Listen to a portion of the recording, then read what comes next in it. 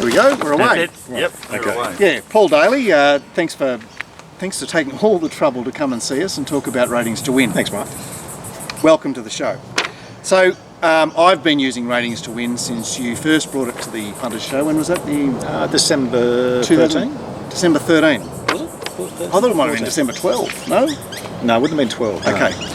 But I mean, obviously I've had several years to look at it and I'm yet to actually scrape the surface, which I'm quite excited about. But I have been able to see, I mean, in initial discussions with you, you showed us around and looked very impressive, but I've actually sucked and seen it in the years since.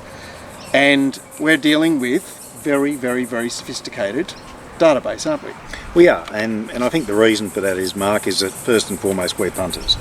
So it was constructed by punters with the view to obviously extracting as much as we could from the data that we were able to access and obviously build. And what's important about our data is that it is bespoke in the context that we don't rely on an official form of feed. So we don't use the Racing Australia feed. We obviously buy race fields and we pay and contribute.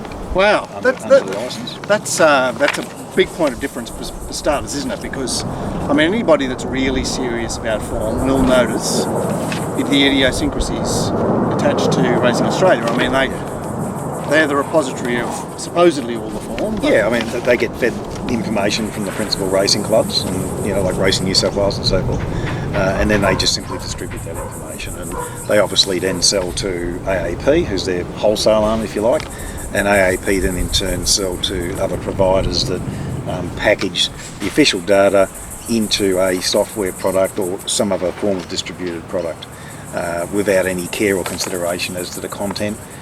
Because primarily it's generally taken that they're not actually punters themselves, they're just simply buying data, selling data.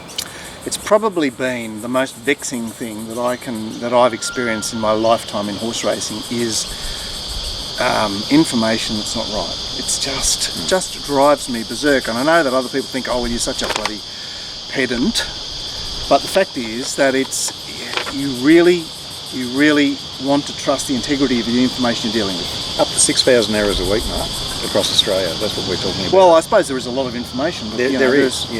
Classes, distances, jockeys, the claims that they're carrying, whether they're actually real or not. Obviously race times and sectionals, we all know the problems associated with those. So that's all taken care of as well. So really all we keep is the date, the track, and the fact that there was obviously race meeting on that day and the horse race. So that's a major undertaking to actually collect all that other stuff yourself. Yeah, collect it and verify it, and that's obviously the processes that we go through.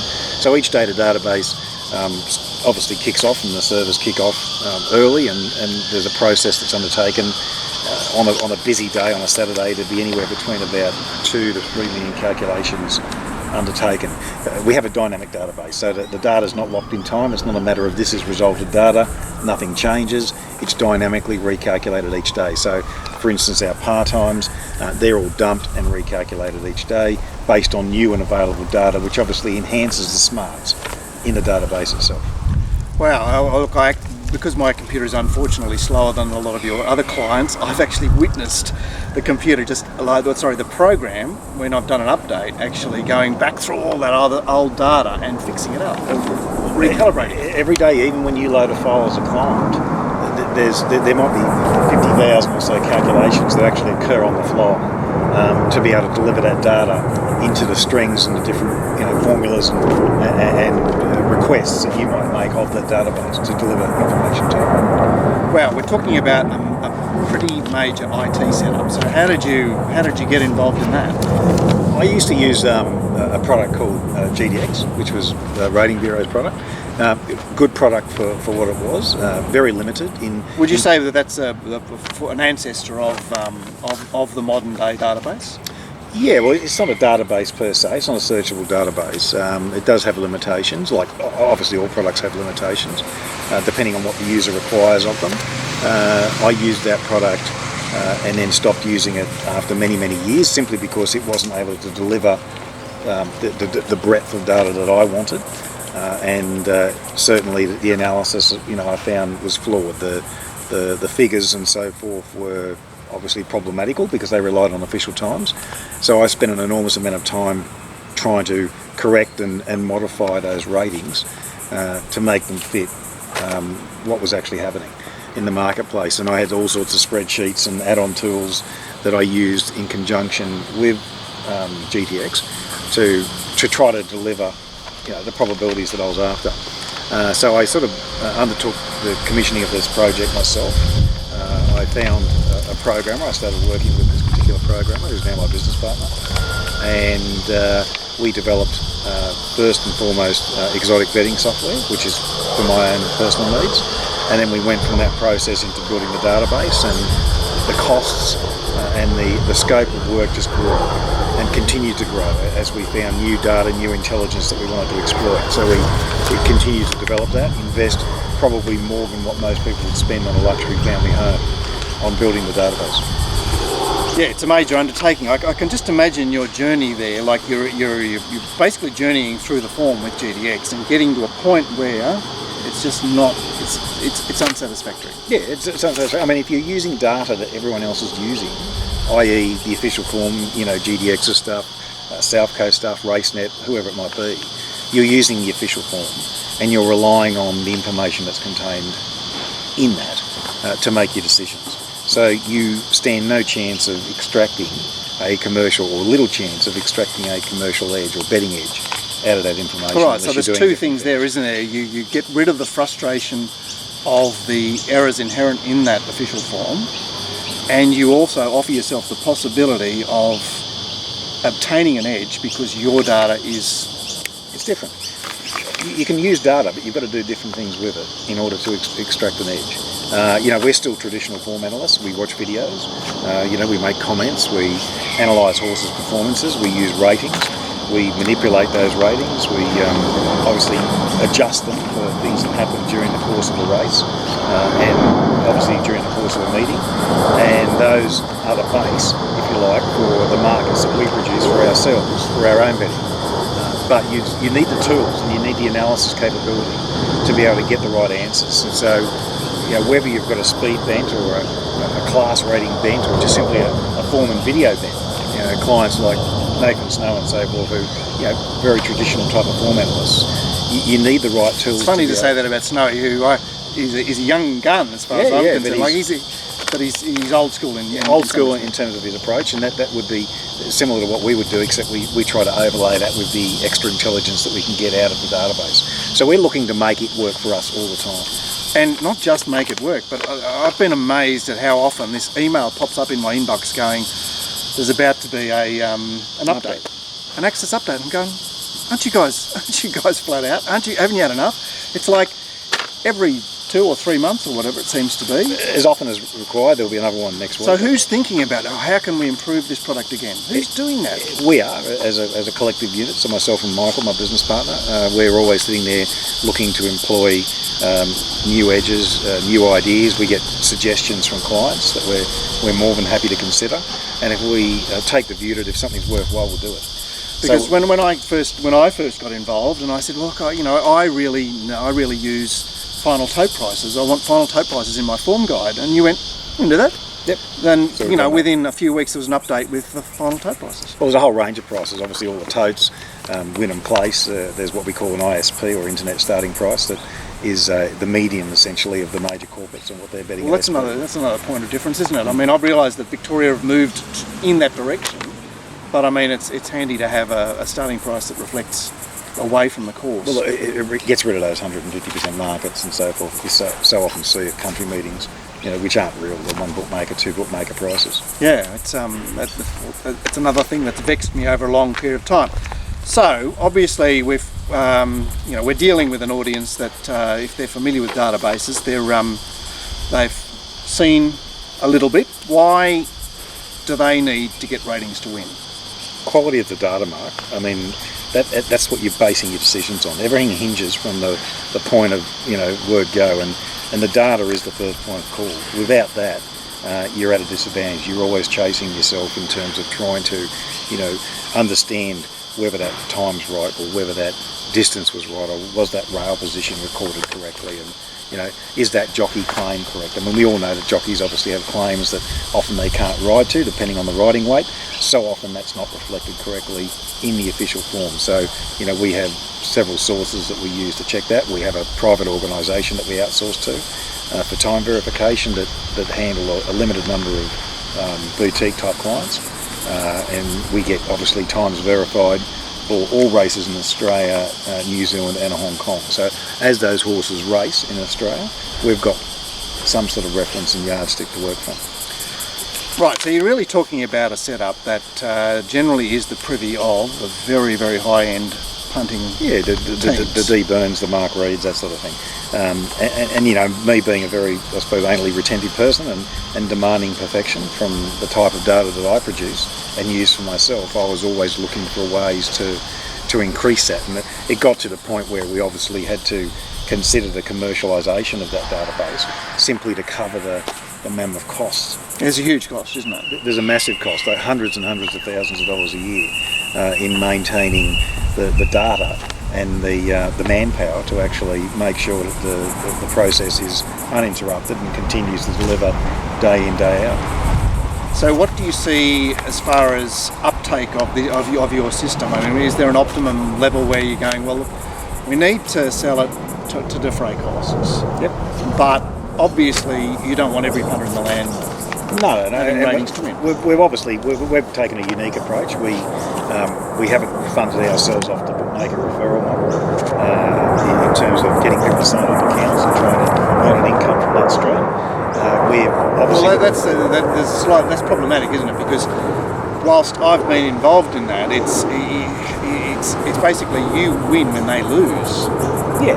And that's a difficult dance to make, isn't it? It's a difficult dance to make. I think I've always been one that's had more of an issue with the fact that there's no disclosure around it. I've got no problem with it in principle, and I think lots of punters would probably be aware that that's what happens, but there's probably ones that don't. But look, we just made the call early on to specialise, to do what we do well, and to always be open and honest with people and sell the best possible data that we could possibly sell, that we were using ourselves, and we do use ourselves every day in terms of our betting. And yes, we specialise and we focus in geographical areas that obviously you're different, you're Sydney bent, but we have clients all over Australia using it in marginal areas like South Australia or Perth or Melbourne or Sydney, or Brisbane. So, well, and that's where you'll get a breadth of information that you will never ever find anywhere else. Because whilst the major centres may have the facility to actually present a range of data that's enough, once you get into those tiny little those provincial areas, regional areas of Australia, you're just going to be confronted with no sectional times and all sorts of positions other things. in run. I mean, all that sort of stuff's taken off tapes and so forth. So it's it's comprehensively prepared. And look, I'm not saying it's 100% error free, because there's obviously always the propensity for some error to occur. But I'd say it's 99% plus error free, and that's a far improvement on what's available in the industry. So the data, starting with the right data, is obviously key. The analysis tools, knowing that there's continuous development of the product, that development is made at no cost to the client. We don't charge for updates. It's part of the service. We want it as much as you want it. So you're doing it for yourself, aren't you? We're doing it for ourselves first and foremost, and obviously our clients benefit from that progression. And we're putting a lot of money into the R&D. We've got a programming schedule already now about 18 months ahead of our time in terms of what we want to achieve and what we want to deliver back to the client. We've introduced sophisticated analysis tools in terms of being able to crunch the data and test your ideas and across historical data and not only get the answers to the questions that you ask, which is the TRV type metric. You ask a question of their software and it'll give you the answer, but you have to know what you want to ask. Whereas we give you the answers to questions you haven't even thought of asking. So expand on that for me, because I don't quite get that prompting. Okay, so you've got an idea and you say, I want to test a speed rating, whether it's ours or someone else's, against the marketplace generally, and I want to see how that performs across the normal key metric of publicly available data. You can do that, but you have to ask those questions one at a time. You have to say, top speed rating with a weight of X and a jockey of that, or whatever it might be, or a trainer, or some other piece of information that's contained within the form. And you will get the answer to that question and either satisfy yourself and nothing more. Whereas we would say, okay, ask that question, but then we're going to provide you a detailed report of analysis that's going to break that down across about 140 variables and provide you the answers, with obviously all the profit and strike rate metrics and so forth, that's going to give you answers to questions that you may not have even thought of asking. Right, so you'll actually look at the output and go, wow, I didn't actually think of interrogating those particular combination of variables. Yes. And with that data, you can then refine the searches and continue to drill down into that data set to get on-the-fly answers. We have the ability to deliver information about jockeys and trainers that we so often talk about and we're commenting on, and people have got opinions on this jockey's riding well or poorly or whatever it might be. I just click a button on the name of the trainer or the jockey, and I get a very detailed set of analysis that gives me the answers to lots of questions that I want to know, that either increase my confidence or decrease my confidence in backing that horse. I know that you've been very quick on the tweets sometimes when we've said something on the show, and you've gone, well, look, actually, guys, I just asked my database that question, and it's not true. Yeah, it's very easy to get caught up in the power of observation, and we all tend to do that. Looking short term and only seeing what we're seeing at the time, and we interpret that as being fact, and it's not the case often. So do you have some favourite interrogations of yours, or questions or whatever? Are there times where you've gone, wow, that almost thrilled me? That like some favourite searches, for example, of yours? Well, in terms of jockeys and trainers, I mean, there's certain data that we want to look at them by. We want to look at obviously combinations of jockey trainer. We want to look at performance within certain market and price ranges. Within certain stages of their preparation, with particular gear changes. Analysing trainers by gear changes is obviously something you can do with our form, because not only do we tell you what the gear changes are today, we tell you what they are historically as well. I was amazed when you did the gear changes update, and it wasn't just gear changes will start appearing in your database now from now.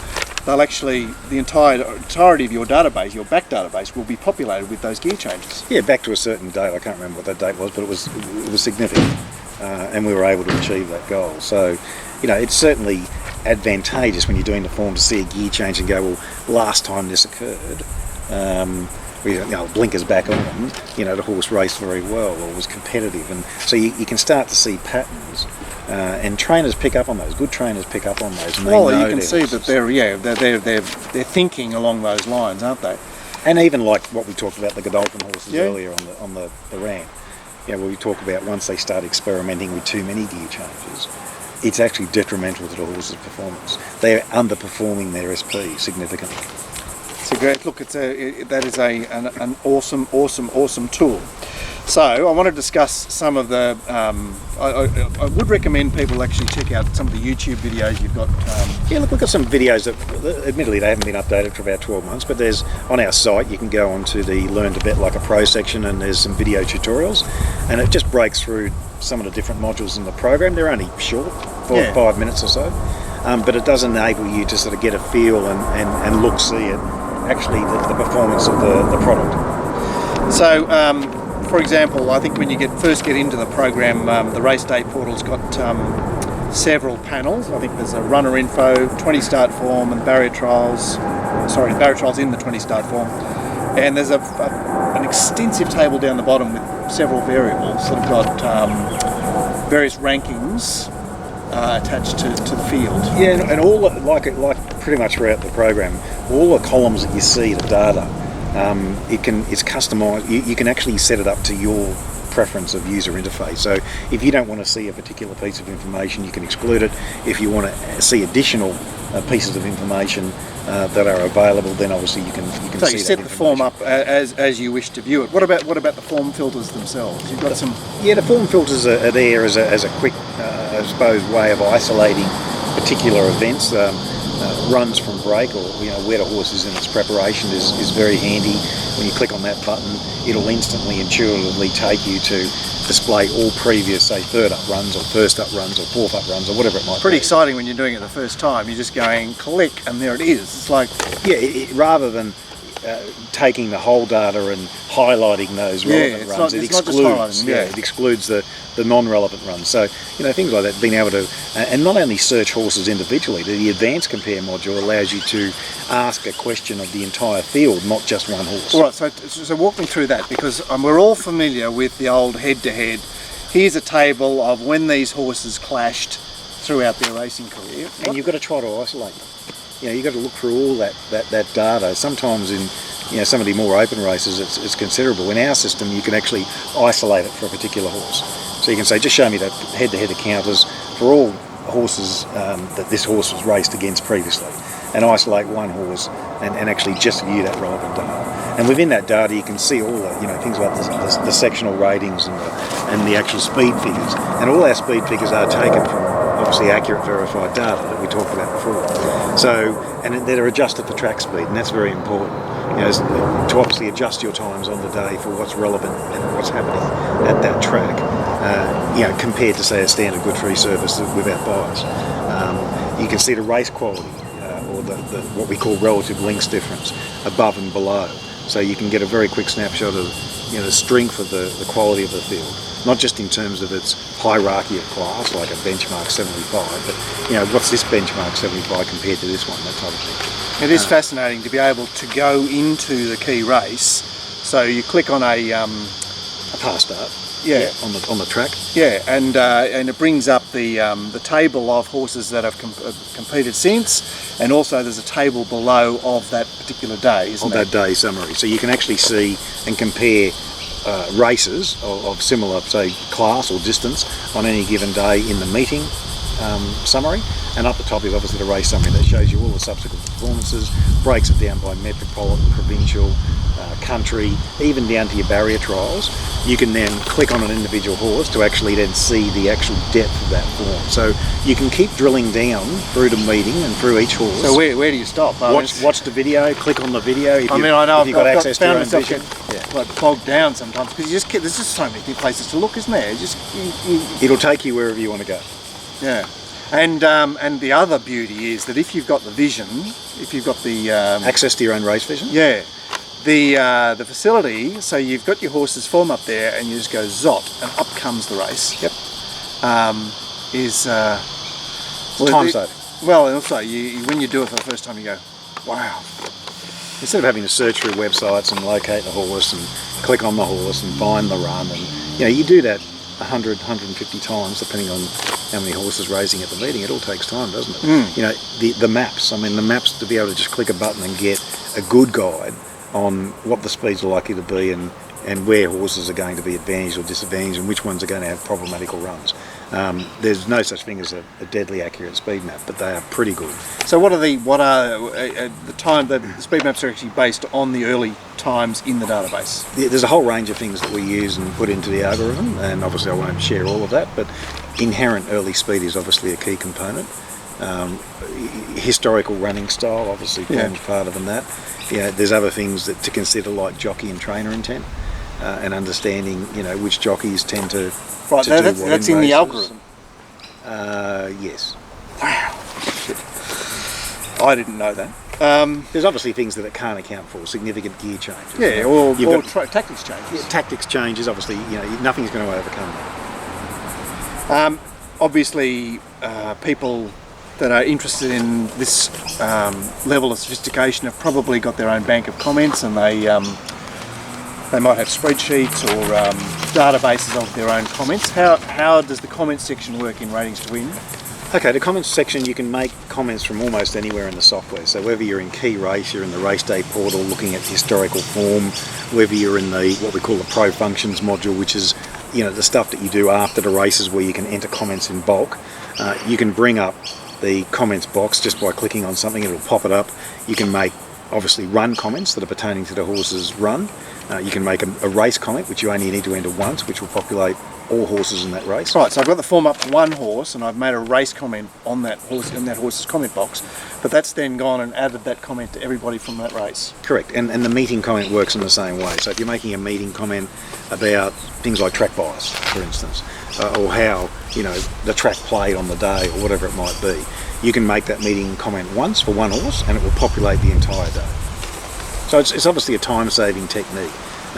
From that, if you've got historical comments, what we've been able to do successfully with users of other software product and people who have even had their own databases, Snowy was a great example, you're a great example of that, is obviously bring that data and integrate it into our database so that day one they're hitting the ground running with their own data populated in the database. Wow, so the entirety of their database is filled with the comments from their own. Yes, so we're able to transition people successfully.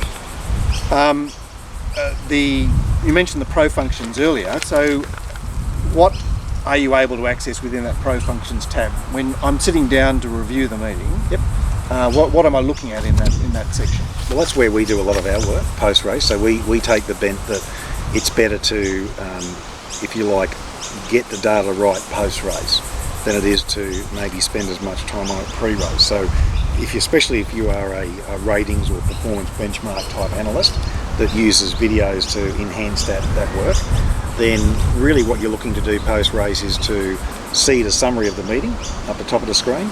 You can see all the relative speed performances on the day and how they compared in lengths above and below through each section, so you get a pace shape of the race, so you understand what it is that you're looking for when you're looking at a horse out of that race. So if you're seeing a run, before you look at the video, you already have a picture in your mind about what you're expecting to see. Yeah. And so, obviously if they go out hard early, you're expecting the horses to be able to obviously run hard. And of course, if you're not seeing that, then that obviously detracts from the merit of the horse. So once you actually watch the video, you can enter all your comments in bulk. You can then make adjustments to the race. So you can say, I want to actually penalise that race or bonus that race for whatever reason. And you can actually make adjustments to the horses themselves. So a horse sat wide, no cover, you want to make an adjustment of X points or lengths. A horse had the perfect run, you want to subtract from that performance. So all of those adjustments are expressed on the fly. They're calculated and processed across every horse in the race as they need to be. And as you're doing the form going forward, you can actually see the quantum of those adjustments and further adjust on the fly. So if you're being too harsh on a particular race, you can instantly alter that on the fly, and it populates uniformly across the database. So you're not having to add or retract data at different points in the actual database itself. Yeah, it's a very holistic thing, isn't it? Yeah, it's about post-race management of the numbers and the figures that you're seeing, and even for people who are just doing videos and using the maps and so forth, they're finding that they're saving a lot of time. And I think that was one of the things that got you, Mark, early, was the time saving that you got out of those. Yeah, well, it's awesome to actually click one button and have a map that you trust. Instead of spending 20 minutes? There's lots of maps around, but it's a particularly important feature. I wanted to ask you about something that I saw on one of your videos, which was, is it called the live betting test, or it's a betting analysis. It's where you run a query, or we'll call it a system for a better word if you want to, where you extract the results and the analysis over a set of data.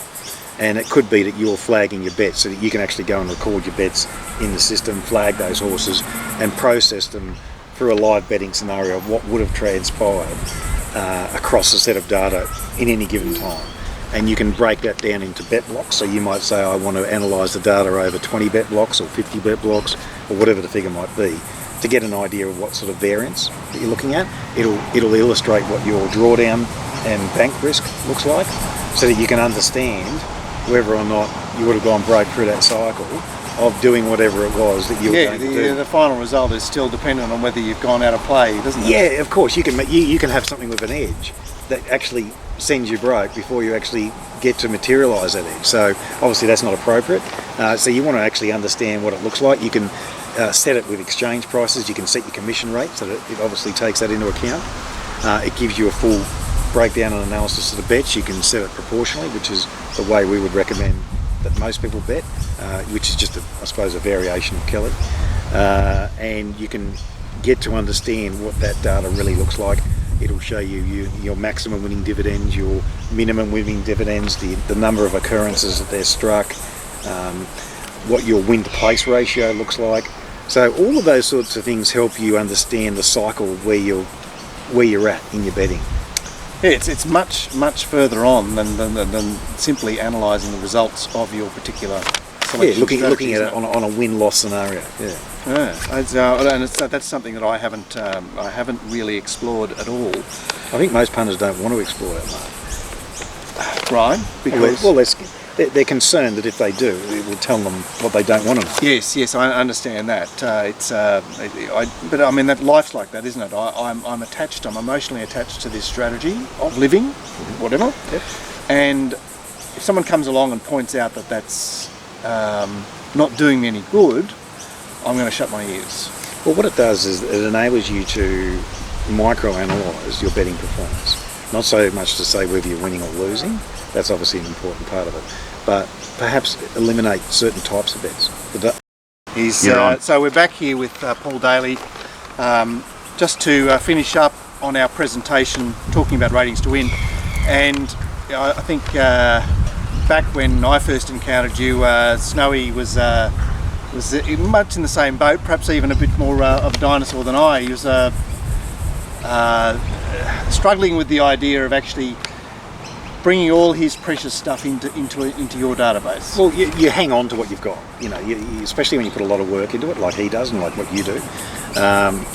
Change is scary at times, and so we had to get him comfortable with that whole idea of why this was going to benefit him and why it was going to work for him. And he said, and I'm sure he would say even today, that he was very quick at picking it up, and he was most impressed about the service and the customer support that we gave him. We actually helped him integrate his existing comments into our database, that we showed him actually how to, if you like, the cheat sheet, and how to actually get the most out of the database for what he wanted, and how he could actually improve his time management and cut down dramatically the effort, the mundane manual effort that he used to have to put into achieving certain tasks on a daily basis and a weekly basis.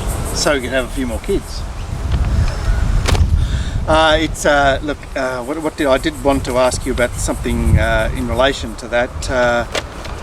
I've just lost my train of thought there, Paul, but how does someone that's actually watching this video and they're going around, I really think this could be for me, what's their jumping off point? In terms of why they should do it? Or why they should do it and how they do it. Okay. Why they should do it is, if you're serious about form, and whether you're on a hobby level or a semi-professional to professional level, you really need to get a hold of this product and drive it yourself. I would say that the majority of the pros and the serious punters that exist in the marketplace that are perhaps more widely known are using the product. We don't sell to bookmakers. That's a massive point of difference, unlike our competitors. What's the point? As in of corporate bookmakers? Yeah, we don't sell to corporate. So we don't have whales, as they were, using the product. Because the important thing is to obviously protect and preserve the integrity of the value of what we're delivering so that we can actually make some money off it. So we don't sell to corporate bookmakers. One of our competitors do, and they openly admit that they sell to bookmakers, which I find is at odds to what it is that they should be achieving or what the clients are. This is a tool for punters. Yeah. I mean, if the bookies have got what you've got, then where's the advantage? Well, but it's still it's something that's different again. I mean, what you've got is amazing, but it becomes personalised beyond that as well. Correct, because you're setting it up to fit your workflow and your idea, and in terms of the data that you find valuable and the things that you want to use. There's some additional bits of data that we can also talk to clients about who focus on specific areas of focus, like you with New South Wales. In terms of making the decision, well, that's the easy part. Integrating it and actually getting the feel of it is actually user friendly, because everything's driven by left click or right click menus. So if you can click a mouse, you can work your way and navigate around the software very quickly. We have a very detailed online manual which obviously clients get access to. We have video tutorials, and we have outstanding support where I actually spend time with the client and invest time in mentoring and coaching them, if you like, on how to get the most out of it, because we want satisfied long-term clients. It's not about selling the product, it's about forming a relationship with that person. That's right. Well, like selling it from a month or 6 months is not no value to it. I'd almost rather not do that, because it costs more to actually invest into a client, for a short term than what it would over long term. We only really start to make inroads into profitability, if you like, once the client's been with us for a couple of years plus. Obviously, you lose clients. There's always going to be a certain percentage of your client base that rotate, but we've got mostly loyal clients that have been with us from the start. Well, I think that the testament to that is actually the testimonials page, where I read through the testimonials page the other day and I went, wow, everyone bangs on about what amazing service and support they get. Like, everyone. And they're real people with names, and they are names that you'll recognise. I mean, you're there.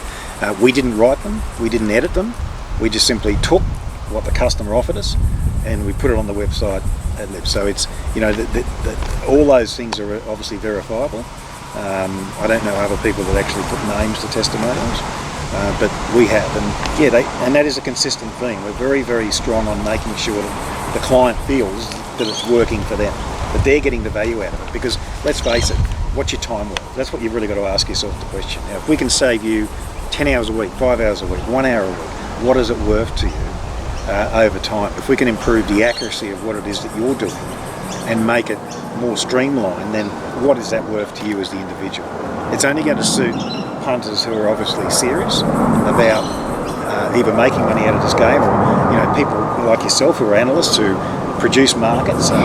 You can even price all your markets in the software, as you know, as you're going. It's got a brilliant pricing function. So whether you're old school and you like to price things off feel, or you want to rubber stamp a horse 6-4 and obviously redistribute the percentage to other horses, you can set the actual, what we call power exponent.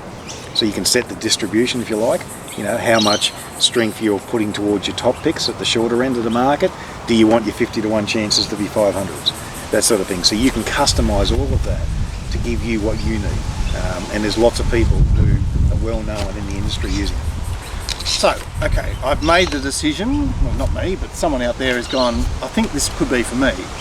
What do they do next? Okay, contact either you, yourself, or they can come through to our website, ratingstowin.com.au. They can email me, they can telephone me. All of our details are contained on the website, and we'll set them up. There's a limited number of licenses, which we've always maintained that we would adhere to that number. We only market through word of mouth. We don't have advertisements in newspapers or other websites other than our own, obviously. And we've decided to form an alliance with Racing Rant because of the history, and because so many clients that were, if you like, ex-punters show, watchers and people that you know and that I know actually use the product. So we've decided to put a special offer together. So the starter pack for the professional software is $19.97, so that's just under $2,000. And with that, you'll get 2 months subscription, which retails at $347 a month. And we'll also throw in 3 years of past data, which is actually the important thing, isn't it? It's important if you want to run those queries and you want to test those ideas, and just to get a feel for, where you can improve your betting. And even if it's as simple as you've got a list or a spreadsheet of bets, and that you want to analyse those bets historically to see where you could improve, or if you like, reduce some of those losers. I know I get excited every time I see the start of my data, which is 2012, and I go, wow, we're just a bit further on, I've got a bit more data. They can always get more if they want to, but 3 years is a good sample and a good pool. That's a lot of races, and that's Australia-wide. And your paid-up clients can also get access to Hong Kong. It's an area in the market that we're moving into personally. And so, obviously there's not as many players there, but I think in time, as markets prove more difficult to wager into, more people will take an interest in that marketplace. Great. Okay, so just to repeat that offer again, I think it's $19.97 for the installation. We'll take care of it all remotely via TeamViewer, so you don't have to do it. we'll set it up. You'll have some one-on-one time with me where I will actually show you how to get the most out of it to suit your purpose. If you've got existing data that you want to integrate into it, whether that be ratings or comments or prices, for instance, rated prices, you can have your historical prices against the horse's form as well. So you can see actually what you priced that horse on that day, which can be quite handy going forward. Very, very useful. It is. So that's for the installation. That's for 2 months of subscription, and that comes 3 with years 3 of years back data. data. Yeah, that saves about just under $1,200. And I can tell you that, like, Paul will just walk you through every step, little baby steps. He's there holding your hand all the way through. So thanks for coming on, Paul. Thanks, and it's great to see you again. Thank you.